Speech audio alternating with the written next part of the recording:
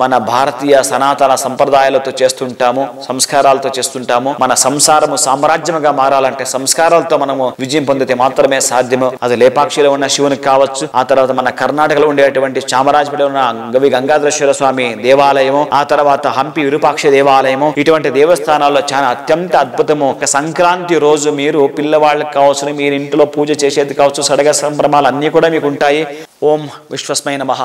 ప్రేమాత్మక స్వరూపులైన బంధువులారా, మీకందరూ కూడా ఈ ఒక సంక్రాంతి పండుగన శుభాకాంక్షలు తెలియచేస్తూ, ఇంకా ఈ పండుగ మనకి భోగి, సంక్రాంతి, కనుమ ఈ 3 పండుగలాగా మనం చేస్తాము. అత్యంత అద్భుతమైన పండుగలు మనకి దక్షిణాయనము మనకి ఎండింగ్ అనేది ఈ ఒక భోగి పండుగ రోజు.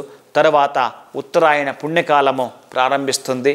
ఈ సంక్రాంతి పండుగ రోజు నుండి అత్యంత అద్భుతాలు జరిగేటువంటిది. ప్రతి ఒక్కరూ కూడా ఈ పండుగలు మన భారతీయ సనాతన సంప్రదాయాలతో చేస్తుంటాము, సంస్కారాలతో చేస్తుంటాము. మన సంసారము సామ్రాజ్యముగా మారాలంటే సంస్కారాలతో మనము విజయం పొందితే మాత్రమే సాధ్యము అని చెప్తూ, ఇంకా ఈ పండుగ చేయడం అనేది చాలా విశేషమేంటంటే చాలా అద్భుతం. పిల్లవాళ్ళని మన ఇంట్లో కూర్చుని పెట్టి మనం అందరికీ కూడా ఆ ఎలచిపళ్ళు, ఆ తర్వాత చెరుకు ముక్కలు, మళ్ళీ నువ్వులు, ఇవన్నీ కూడా బెల్లం ముక్కలు, ఇవన్నీతో వాళ్ళ తలపైన దిగదించి వాళ్ళ మీద కూడా వేస్తూ ఉంటాము. ఇవి అప్పటికే ఏమి అంటే ఇది ఒక విజ్ఞానము, జ్యోతిష్యంలో అటువంటి ఉన్న పరిష్కారాలకి పెద్దవాళ్ళందరూ కూడా ఏదైనా ఒక రెమెడీ తీసుకుంటారో, ఒక పరిహారం చేసుకుంటారు. కానీ పిల్లవాళ్ళకి అవేమి కూడా అప్లై అయ్యలేదు కాబట్టి వాళ్ళకి ఇలా చేస్తే అవన్నీ కూడా తొలగిపోతాయి అనే నమ్మకము. ఇది మనకు సంబంధించిన తరతరాల ద్వారా పెద్దవాళ్ళు చేసుకొని వచ్చినారు.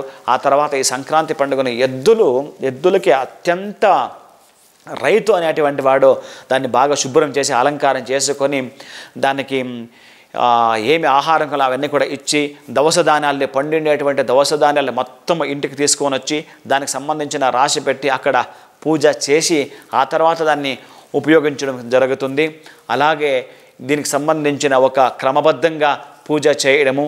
సంక్రాంతి పండుగ రోజు సూర్యకిరణాలు కొన్ని దేవస్థానాల్లో ఆ గుడిలోకే ఆ విగ్రహం ఉంటుంది. ఏ రోజు పడుకుండే అటువంటి ఆ సూర్యకిరణాలు ఈ రోజైతే సంక్రాంతి రోజైతే ఆ భగవంతుని ఒక శిరస్సు మీదే రావడము.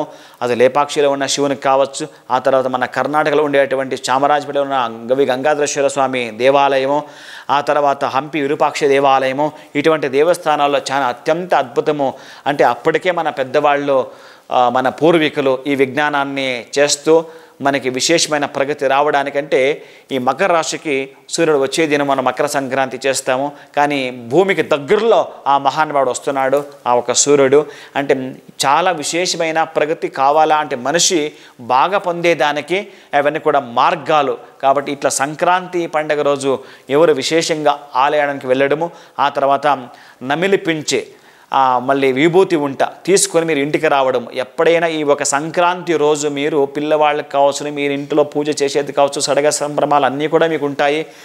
మీరు మీ సంప్రదాయాల మాట ఎలా ఉంటాయి అలా చేసుకొని వస్తుంటారు. కానీ శివుని దర్శనం తర్వాత మీరు వచ్చేటప్పుడు ఇంటికి విభూతి ఉంట ఒకటి, తర్వాత ఆ నమిలిపించ ఒకటి తీసుకొని మీరు ఇంటికి వచ్చి దాన్ని పెట్టుకోండి. ఆ రోజు మొత్తం మీకు అన్నీ కూడా శుభాలు జరుగుతాయి. శుభం భూయాత్. అందరికి కూడా ఈ తెలుగు ప్రేక్షకులకు అందరికీ కూడా ఈ ఒక సంక్రాంతి పండుగ శుభాకాంక్షలు. శుభం భూయాత్. మంచిది కానీ.